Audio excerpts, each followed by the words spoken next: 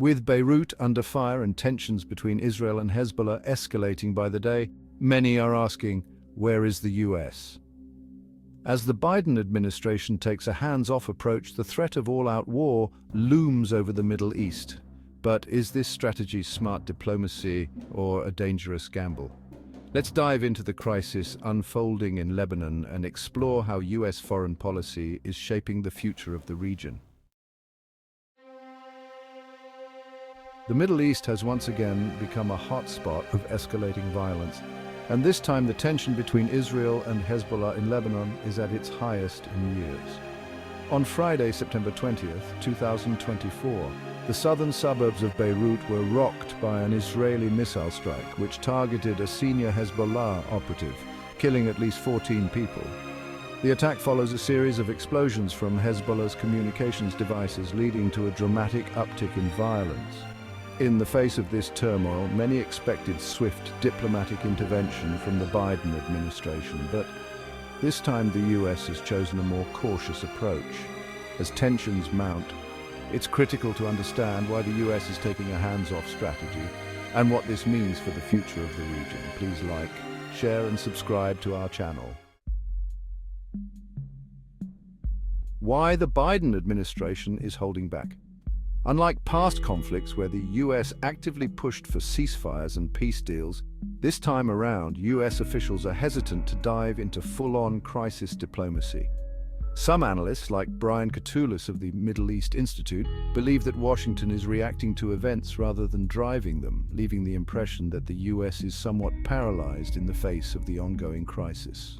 The decision to refrain from aggressive diplomacy comes as Hezbollah grows bolder, with recent explosions killing at least 37 people and injuring thousands more, including civilians. What has complicated matters further is the delicate state of Gaza ceasefire negotiations, which the Biden administration considers vital to calming the region.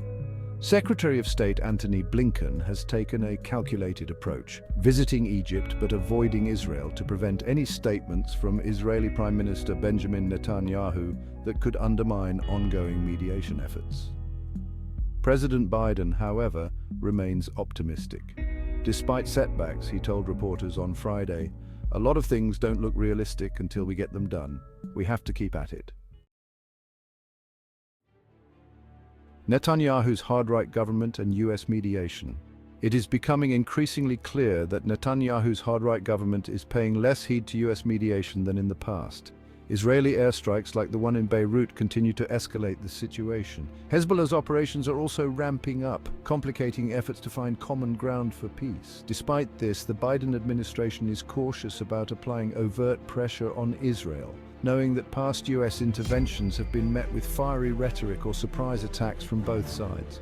US officials hope to make headway at the UN General Assembly next week, when Netanyahu is expected to attend.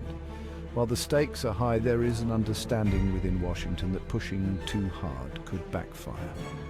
As State Department spokesman Matthew Miller noted, the US has so far been successful in preventing the conflict from escalating into all-out regional war, largely by using back-channel messaging to key players like Iran, Israel, and its militia allies. Is the US doing enough? Critics argue that the Biden administration could be doing more. Diplomatic efforts have thus far failed to produce a long-lasting ceasefire in Gaza, and the Lebanon situation is rapidly deteriorating. Analysts like Katulis argue that more pressure should be applied to key actors in the region, such as Israel, Iran, and Hezbollah's backers, to stem the violence. However, US officials remain resolute. We'd be the first ones to recognize that we are not closer to achieving that than we were even a week or so ago, said National Security spokesman John Kirby. Still, the administration is determined not to give up, working closely with Egypt and Qatar in crafting a final Gaza ceasefire proposal to present to both Israel and Hamas. What's next for Lebanon and the region? As Beirut reels from the deadliest airstrike in years, the question remains, can the Biden administration's quiet diplomacy bring about peace, or is a larger war looming? With Hezbollah's influence growing and Israel retaliating with force, the stakes are incredibly high.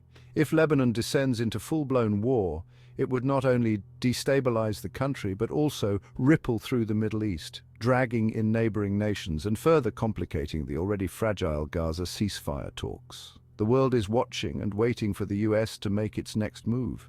Will it continue its hands-off approach or step in when Netanyahu visits New York? Either way, the future of peace in the region hangs in the balance. As Christians, we know the war between the Jews and the Arabs has been going on since Abraham's days. Do you think this will be solved anytime soon? If you had the power, what would you do to end this war between brothers? Please like, share and subscribe to our channel.